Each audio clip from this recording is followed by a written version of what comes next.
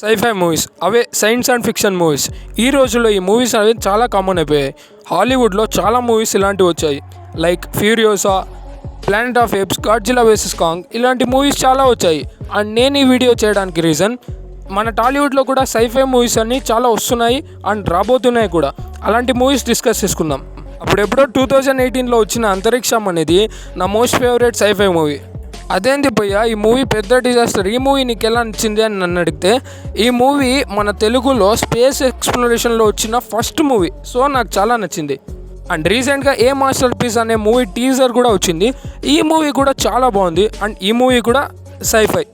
And by the way ఈ మూవీకి parts కూడా ఉన్నాయి. పార్ట్ 1 వచ్చేసి శివోహం. అండ్ ఈ మూవీ అయితే హాలీవుడ్ రేంజ్లో తీస్తున్నారు. అండ్ చాలా ఫోర్సెస్ అయితే దీంట్లో ఉన్నాయి.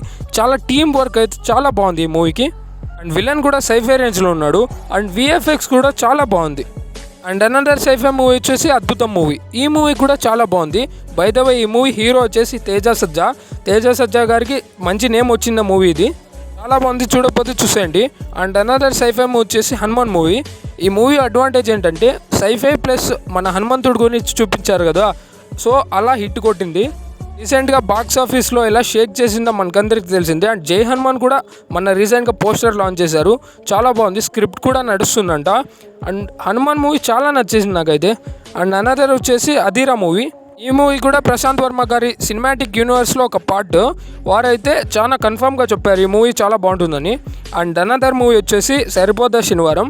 యాక్చువల్లీ సైఫై కాదు, యాక్షన్ ప్లస్ థ్రిల్లర్ అన్నారు, కానీ పోస్టర్లు, గ్లిమ్స్ ఇవన్నీ చూస్తే సైఫై అనిపిస్తుంది. ఇక అప్కమింగ్ వస్తున్న మోస్ట్ యాంటిసిపేటెడ్ మూవీ కల్కి మూవీ. ఈ మూవీ గురించి నేనేం ప్రత్యేకంగా చెప్పనక్కర్లేదు, ఎందుకంటే Nagi movie dedication Hollywood range cutout ప్రభాస్ది. And Hollywood range VFX, especially Dune వాళ్ళే సినిమాటోగ్రాఫర్స్ అండ్ టెక్నీషియన్స్ కలిగి పనిచేస్తుండడం మన టీఎఫ్ఐకి చాలా గర్వకారణం. ఈ మూవీ కూడా స్పెషాలిటీ అదే, హిస్టరీ మన పురాణాలు తీసుకున్నారు కదా, అదే మెయిన్ అడ్వాంటేజ్.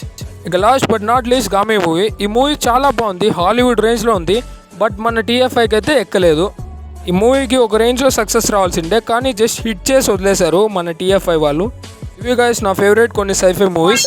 నేనేమైనా మూవీ మిస్ చేసింటే కామెంట్ చేయండి. అండ్ మీకే మూవీ ఇష్టమో కామెంట్ చేయండి. నీకు పార్ట్ 2 కూడా ఉంటుంది. Thank you.